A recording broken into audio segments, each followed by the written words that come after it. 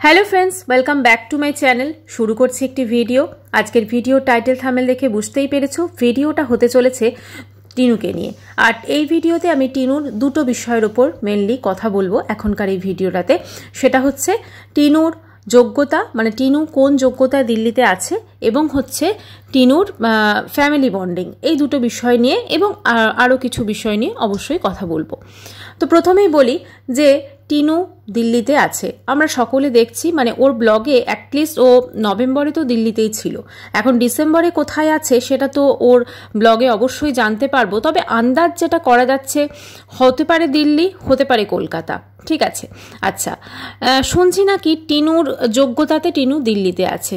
টিনু দিল্লিতে ঠিক কী কারণে আছে আমরা বোধহয় টিনুর মানে 2 মাসের আগের ভিডিওতে আমরা দেখেছিলাম যে টিনু একটি বাড়িতে ঝাঁট দিচ্ছে, এবং যে মেয়ে 12:30টার সময় ঘুম থেকে উঠতো না, 12:30টার আগে, ঠিক আছে, সে উঠছে এবং আর্লি মর্নিং সে উঠছে এবং একজন ঠাম্মির জন্য ব্রেকফাস্ট বানাচ্ছে, এবং তারপরে কিন্তু মোটামুটি সারাদিন তার শরীর অসুস্থ থাকা সত্ত্বেও তাকে কাজ করতে হচ্ছে। দেখুন, কাজ করা তো অবশ্যই খারাপ নয়, ঠিক আছে। টিনুকে যেমন আমরা দেখেছি যে টিনু ওই বাড়িতে কাজ করছে, তো সেই হিসেবে টিনু হঠাৎ করে ঠাম্মির সাথে গেল, এবং টিনুর ঠাম্মিকে কিন্তু সবসময় তখন দেখা যেত কিচেন সংক্রান্ত, কিচেনেই সবসময় দেখা যেত। এছাড়া কিচেনের লাগোয়া একটা যে ঘর ছিল সেই ঘরটাতে দেখা যেত। তো স্বভাবতই একটা তো আন্দাজ করাই হয়েছিল যে ওখানে মেবি টিনুর ঠাম্মি কাজ করে, মানে রান্নাবান্না সমস্ত কিছু, আর টিনু সেখানে গেছে একটা হেল্পারের জন্য। কিন্তু টিনু সেখানে তারপরে আমরা দেখলাম যে টিনু ওখান থেকে একটি ফ্ল্যাটে গেল, বলল যে ফ্ল্যাটটা ও নিয়েছে। ঠিক আছে, এখনও কিন্তু ফ্ল্যাটটার কি বৃত্তান্ত সেটা কিন্তু পরিষ্কারভাবে টিনু কিন্তু আমাদের সামনে বলেনি। হঠাৎ করে টিনু কোন যোগ্যতাতে দিল্লিতে চলে গেল এবং সেখানে গিয়ে একটা ফ্ল্যাট রেন্টে নিয়ে নিল, এবং ঘরের যে ওনার সেও, ফ্ল্যাটের যে ওনার সেও তাকে রেন্টে দিয়ে দিল, সেটা কি করে পসিবল সেটাই বোঝা যাচ্ছে না। কারণ দিল্লির মতো জায়গাতে যখন বাইরে থেকে কেউ গিয়ে একটা ফ্ল্যাট রেন্টে নেয়, একটা জব যার আছে, পার্মানেন্ট জব সেই হিসেবেই কিন্তু দেওয়া হয়। তাহলে কি টিনু সেখানে কোনো পার্মানেন্ট জব নিয়েছে? মানে সেটা ঠিক বোঝা যাচ্ছে না। কারণ সে যখন একটা ফ্ল্যাটে রেন্টে রয়েছে অবশ্যই সেখানে অ্যাডভান্স দিতে হয়েছে 2 মাসের, এবং তারপরই সে সেখানে থাকছে, প্লাস একটা রেন্টও আছে। তো সেখানে কিভাবে টিনুকে সেই ফ্ল্যাটটা রেন্টে দিল ওনার, সেটাও কিন্তু একটা ভাবার বিষয়। কারণ টিনুর মানে আর্নিং সোর্স বলতে কিন্তু ইউটিউব আর্নিং, এবং ইউটিউব আর্নিংয়ের সোর্সেই কিন্তু সে বেশ কিছু প্রমোশনাল অ্যাড করছে। তো সেখানে ধরুন প্রতি মাসের একটা ঘরের রেন্ট, এবং দিল্লির মতো জায়গায় থাকার একটা খরচ খরচা তো অবশ্যই আছে। এছাড়া আদার্স কিন্তু অনেক কিছু খরচ থাকে। তো সব কিছু মিলেমিশে টিনু সেখানে কি করে এতটা শিওর হয়ে গেল যে সে দিল্লির মতো জায়গাতে গিয়ে তার জীবিকা নির্বাহ করবে এবং তার থাকবে সেখানে। জীবিকা তো এখনও আমরা বুঝতে পারছি না, কারণ ও যে ব্লগিংটা করে সেই ব্লগিংটা সে কিন্তু ওয়েস্ট বেঙ্গলে থাকলেও করতে পারত।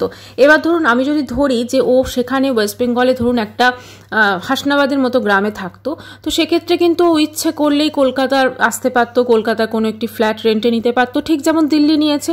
মানে হঠাৎ করে দিল্লিটা কেন চুজ করলো সেটাই কিন্তু আমরা কেউই এখন অবধি বুঝে উঠতে পারলাম না। তবে হ্যাঁ, এটার জন্য যে ঠাম্মি অবশ্যই ছিল কারণ সেটা বোঝা যাচ্ছে। ঠাম্মি কিন্তু ওকে বলা যেতে পারে ওইখানে নিয়ে গেছিলেন। পরবর্তীকালে ঠাম্মির সঙ্গে ডেফিনেটলি কিছু একটি হয়েছে, যার জন্য কিন্তু ঠাম্মির কথা এখন ভুলেও একবার সে ভিডিওতে কিন্তু বলে না। মানে আগে তো ঠাম্মি ওর প্রাণের মানুষ ছিল, তো এখন ওর প্রাণের মানুষ হয়েছে ওর মা। ঠাম্মির কথা কিন্তু সে একবারও কিন্তু ভিডিওতে বলছে না। মানে এটা কিরকম অদ্ভুত লাগছে না, যে মানুষটার সঙ্গে ধরুন দিল্লিতে এসেছে, এই যে ফ্ল্যাটেও আমরা যখন দেখলাম যে ছিল, মানে একদিনই দেখেছি, আমাদেরকে ব্লক করেছে, একদিন কি 2 দিন বোধহয়, যাই হোক, সেখানে থাকাকালীনও কিন্তু মানে মা মেয়ের কথাবার্তায় একবারও ঠাম্মির কথা উঠে এলো না। মানে ঠাম্মির সঙ্গে তো ওই ফ্ল্যাটে ছিল কিছুদিনও, তো সেখানে কিন্তু ঠাম্মির কোনো কথা উঠে এলো না। যে কোন মানুষ তো কথায় কথাও তো বলে যে আমি আর ঠাম্মি যখন এসেছিলাম এই হয়েছে সেটা, কোনো কিছু ঠাম্মির নামই উচ্চারণ করলো না। তো হঠাৎ করে টিনুর জীবন থেকে ঠাম্মি, তারপরে ওইখানে যেখানে দিল্লির ওখানে থাকতে গেছে সেখানে যারা দাদু, ঠাম্মি এবং কাকু, সেই কাকুর সঙ্গে এতটা সখ্যতা হয়েছিল, সেই কাকু সবাইকে টিনু ভুলে গেল। এখন শুধু মা এবং দাদা বৌদি ময়ূর জীবন হয়ে গেল। তো হঠাৎ করে কেন এতটা চেঞ্জ হলো সেটাই সত্যি কিন্তু বোঝা যাচ্ছে না। কারণ এটা কিন্তু ভিউয়ার্সেরও প্রশ্ন যে তোমার ঠাম্মি কোথায়, তোমার ঠাম্মি কোথায়, এখনও কিন্তু সেটা আমরা বুঝতে পারছি না। প্লাস ওর জিনিসপত্র ধরুন ওখান থেকে বেরোলো, মানে ওয়েস্ট বেঙ্গল থেকে জিনিসপত্র বেরিয়ে আমাদেরকে বলে দেওয়া হয়েছিল যে ঠাম্মি দাদু ওগুলোকে মানে নিয়ে নেবে, ঠিক আছে, রিসিভ করে নেবে, তারপরে যেখানে যেখানে আমি রাখতে বলে এসেছি সেখানে সেখানে রাখবে। কিন্তু সেটাও কিন্তু আমরা দেখলাম যে এখন অবধি দেখতে পেলাম না। আমাদেরকে মাঝখানে বললো ওয়েস্ট বেঙ্গলে থাকাকালীনই যে আমার জিনিসপত্র কোথায় আছে আমি বুঝতে পারছি না, বা ওরা আমার সঙ্গে ফ্রড করেছে এরকম একটা কিছু। তারপরে বললো যে ঠিক আছে, এখন গুড নিউজটা কি সেটাও আমরা বুঝতে পারছি না, মানে সব কিছুই কিন্তু ওর ধোঁয়াশা। তো মানুষ যখন দেখবে যে কাজের সাথে কথার বা কথার সাথে কাজের কোনো মিল নেই, তখন তো সেখানে স্বাভাবিক অনেক রকম প্রশ্ন আসবে, তাই না?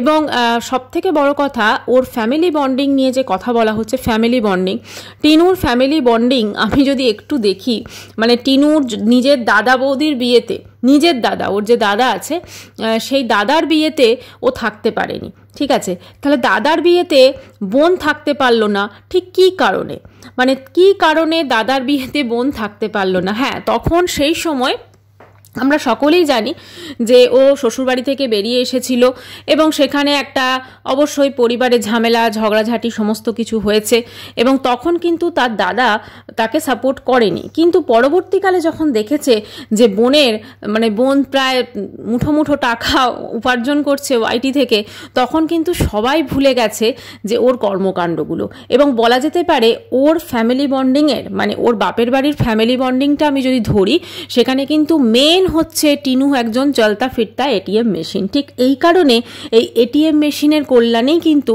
ওর ফ্যামিলি বন্ডিংটা বাপের বাড়ির তরফে, যদিও এখন পুরো ভেঙে চুরমার হয়ে গেছে, তবু যেটুকু ছিল বা যেটুকু এখন ওর মায়ের সাথে আছে সেইটুকু কিন্তু শুধুমাত্র টাকার জোরেই আছে।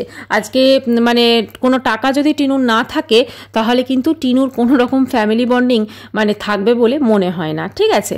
আর সবথেকে বড় কথা, টিনুর যা কর্মকাণ্ড হয়েছে, ঠিক আছে, বা থেকেছে, ধরুন এখনও আমরা অনেক কিছুই দেখছি, হ্যাঁ এখনও একটু ট্রাভেল ব্লগিং বা এগুলো দেখাতে চাইছে।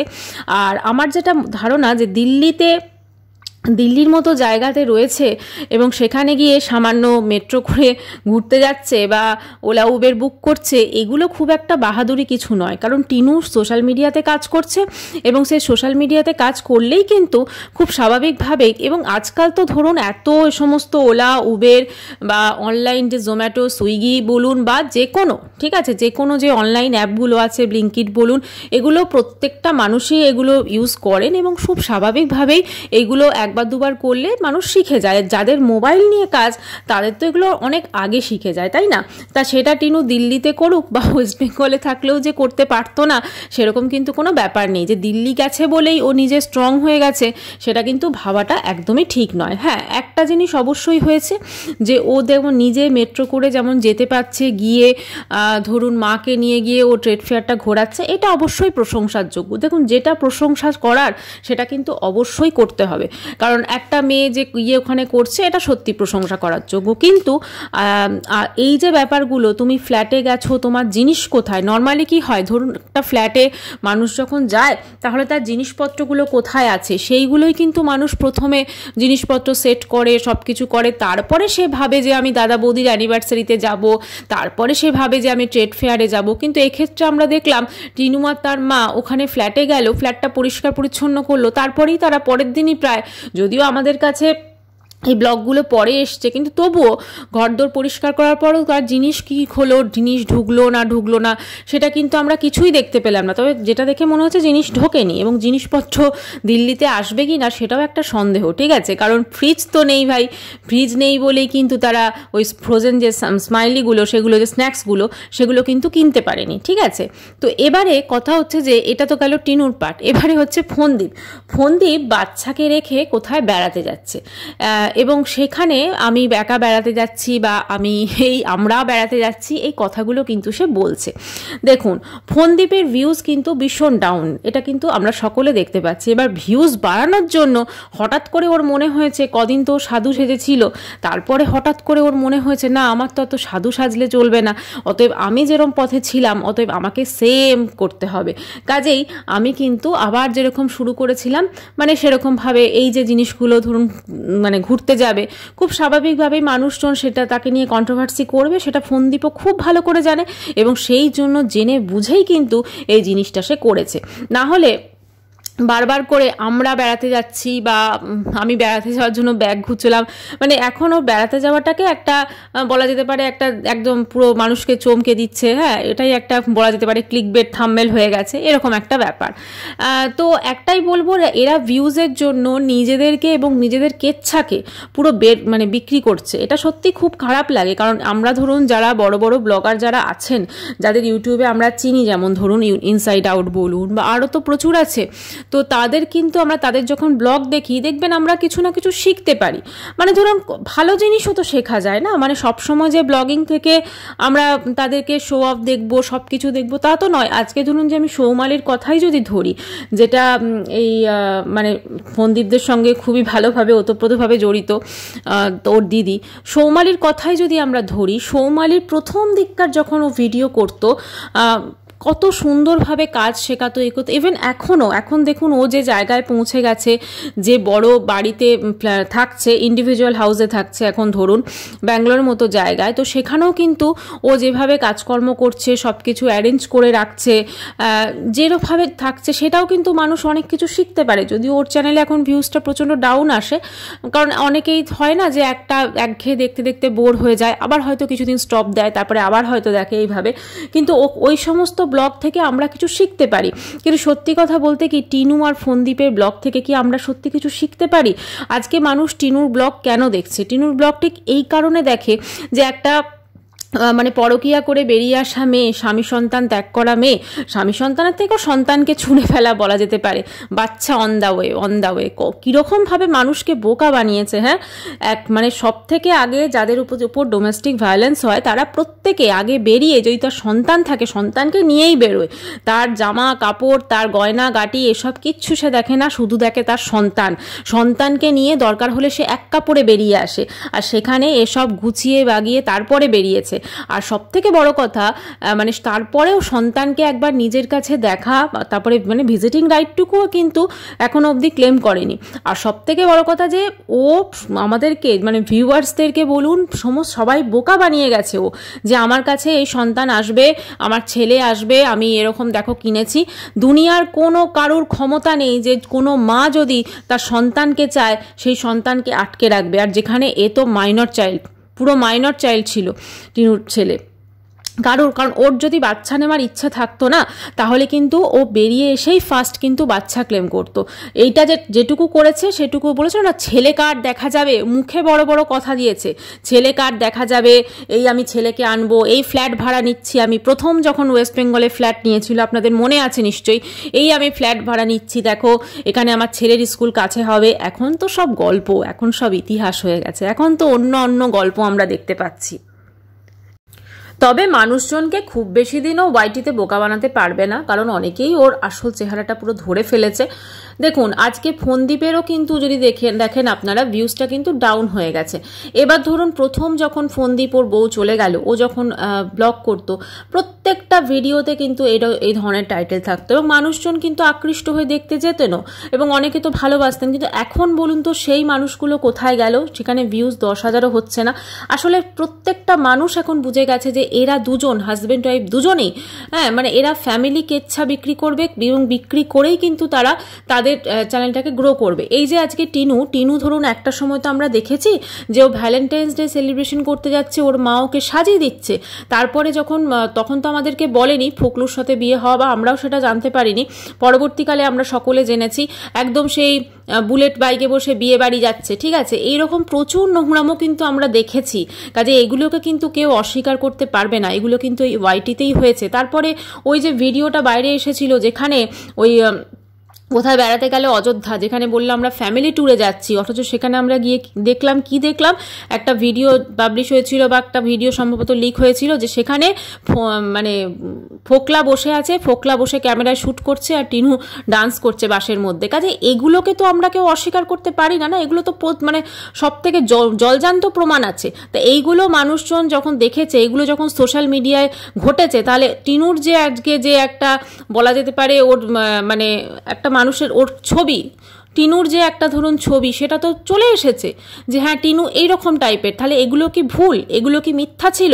এগুলো তো মিথ্যা ছিল না। প্লাস ফোকলুর সঙ্গে ও যে বসে বিয়ে করছে সেইটা পুরো ফোকলুই তো ছবি পাবলিক করে দিয়েছিল। তাহলে এগুলো তো মানুষজন দেখেছে যে একটা মা কি করে তার সন্তানকে নেওয়ার কোনো ইচ্ছা নেই, তার হাজবেন্ডকে ছেড়ে দিয়ে এসে সে রীতিমতো মানে বেনারসি পরে সে বসে বিয়ে করছে।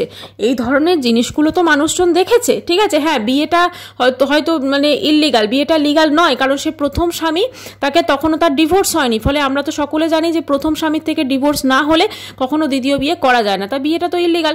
তাহলে বিয়ে করছে, কিন্তু মন্দিরে বসে যে বিয়ে করছে সেই জিনিসটা তো আমরা দেখেছি, সেই রিচুয়ালসগুলো তো যে হচ্ছে সেগুলো তো আমরা ছবিতে দেখেছি। কাজে সেগুলোকে অস্বীকার করা যায়? আজকে টিনুর যে প্রতিচ্ছবি সেটা তো মানুষজন যে বলছে সেটা তো ভুল কিছু বলছে না। আজকে তারপরও প্রতিটা মুহূর্তে মিথ্যে কথা বলে গেছে, প্রতিটা মুহূর্তে।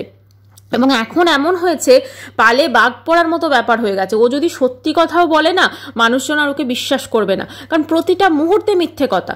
আর একজন মা, ধরুন টিনুর মায়ের কথা যদি আমি বলি, একজন মা তার মেয়ের ভবিষ্যৎ নিয়ে কোনো চিন্তা হয়নি। মানে মেয়ে শ্বশুরবাড়ি থেকে চলে এসেছে, মেয়ে মানে ভ্যালেন্টাইন্স ডে সেলিব্রেশন করতে যাবে তার প্রেমিকের সঙ্গে, তাকে তার মা সাজিয়ে দিচ্ছে। এই ধরনের যে নোংরামি, এটা কি আমরা সোশ্যাল মিডিয়া এর আগে দেখেছি? কিন্তু এদের ব্লগে আমরা সেইগুলো কিন্তু দেখেছি। প্লাস এই যে ধরুন যখন বউ পালালো ফোনদীপ, মানে ফার্স্টে ভাবুন ওর কিন্তু মনে হলো যে আমি একটা লাইভ করি।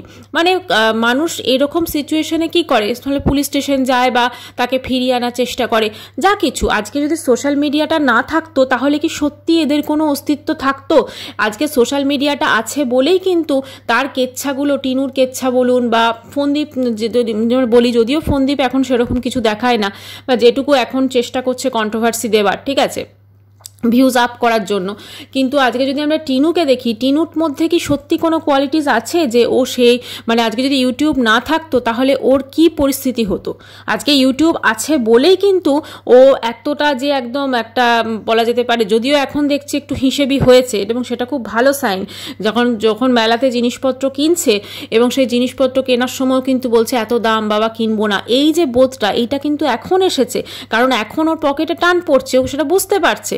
যত দিন যাবে আর মানুষজন তো একঘেয়ে জিনিস তো বেশি দিন দেখবে না, কারণ টিনুকে ধরুন একটা ইন্টারেস্ট থাকবে, কিন্তু তারপরে দেখতে দেখতে কিন্তু ধীরে ধীরে মানুষ কমে যাবে। কতদিন আর দেখবে যে এরকম একটা মেয়ে মানে ছেড়ে ছুড়ে এসে এরকমভাবে দিল্লির মতো জায়গায়, যদি দিল্লিতে তখন থাকে বা যদি ধরি ওয়েস্ট বেঙ্গলেও থাকে, ওয়েস্ট বেঙ্গলে থাকলেও আমরা রুটিন জানি, ঠিক আছে, 12টা সাড়ে 12টা ঘুম থেকে উঠবে, তারপরে বিকেলবেলা হলেই টোটোতে করে, ওর দাদার টোটোতে করে বেরোবে, তারপরে ফুচকা আইসক্রিম এগুলো করে তারপরে মানে ফিরবে।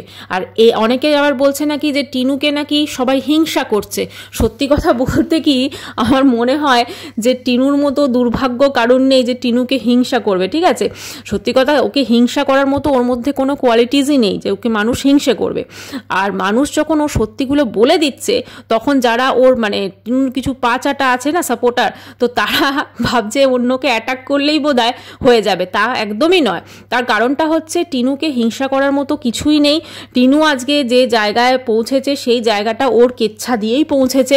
ভাই, ওর থেকেও অনেক বড় বড় জায়গায় মানুষরা সব এখন আছে, কাজে ওকে হিংসা করার মতো কারোর সেরকম খারাপ সময় আসেনি যে ওকে হিংসা করবে, এতটা দুর্দিন কারোর আসেনি। আচ্ছা, এবারে কথা হচ্ছে এই যে ধরুন টিনু এই যে ট্রেড ফেয়ার যে মেলাটাতে গেল, তা ওখানে কি শুধু টিনুর মাই ছিল নাকি টিনুর মায়ের সঙ্গে অন্য কেউ ছিল? কারণ আপনি ভাবুন, যদি একটা হঠাৎ করে কোথাও আমরা যাই, ঠিক আছে, সেটা যতই আমরা জেনে শুনে যাই, এতটা ইজিলি আমরা কি সত্যি চলে যেতে পারবো? মানে একদম সোজাসুজি একদম চলে যাওয়া যাবে? এরকমভাবে যাবে না তো। আমরা সেখানে রাস্তায় কাউকে জিজ্ঞেস করব, তারপর তো আমরা যাব। কিন্তু টিনুর ক্ষেত্রে আমরা দেখেছি একদম মোটামুটি স্মুথলি কিন্তু ও যাওয়া দেখিয়েছে। ঠিক এইরকম ভাবে যেরকম ওই জায়গাটায় ও হয়তো আগে গেছে। তাহলে এখানে কি টিনুর কেউ পথপ্রদর্শক ছিল? কেউ কি টিনুকে গাইড করছিল? কেউ কি টিনুর সঙ্গে ছিল? সেই প্রশ্নটা কিন্তু অবশ্যই উঠছে। এখানে হতে পারে যে কেউ, ঠিক আছে, কিন্তু আজকে ধরুন হঠাৎ করে ওখানেও গেল, যেখানে প্রথমবার গেল, সেখানে এতটা মানে স্মুথলি সেখানে সে ঘুরে বেড়াচ্ছে, সমস্ত কিছু করছে, এটা কিন্তু হতে পারে না। কারণ টিনু ধরুন একটা নতুন জায়গায় গেছে, সেখানে নতুন জায়গায় গিয়ে অবশ্যই কেউ না কেউ ছিল গাইড করা, সেটা অবশ্যই পরবর্তীকালে আমরা তো বুঝতে বুঝতেই পারবো, কারণ এর আগে অনেক কিছুই দেখা গেছে যেগুলো মানে ঘটেছে, ঠিক আছে, এবং মানুষের অনুমান বলুন বা মানুষজন কন্ট্রোভার্সি ক্রিয়েটাররা অনেক ক্ষেত্রে কিন্তু বুঝতে পেরেছে। সেটা ওর বিয়ে বাড়ি যাওয়াটা, বুলেটে করে বিয়ে বাড়ি যাওয়াটাও হতে পারে, আবার অন্যান্য অনেক জিনিস। কাজেই কোনো জিনিসই বলে না মিথ্যা কোনোদিন চাপা থাকে না, যেটা সত্য সেটা অবশ্যই বেরিয়ে আসবে, এবং যখন সত্যটা বেরিয়ে আসে তখন আরও যতই মিথ্যা ওর ওপর চাপানোর চেষ্টা করা হোক তখন কোনোদিনই কিন্তু সেইটা আর চাপা থাকে না। এটাই হচ্ছে ব্যাপার। হয়তো আমরা যেগুলো বলছি, টিনুর যারা সাপোর্টাররা আছে তারা ভাবছে যে বাবা এটা সত্যি কথা বলে দিচ্ছে, তখন সেটাকে হয়তো অন্যভাবে পার্সোনাল অ্যাটাক করে বা কোনোভাবে হয়তো থামানোর চেষ্টা করলেও কোনো লাভ নেই। তার কারণ হচ্ছে যেটা মিথ্যা সেটাই মিথ্যা, এবং যেটা সত্য সেটাই সত্য।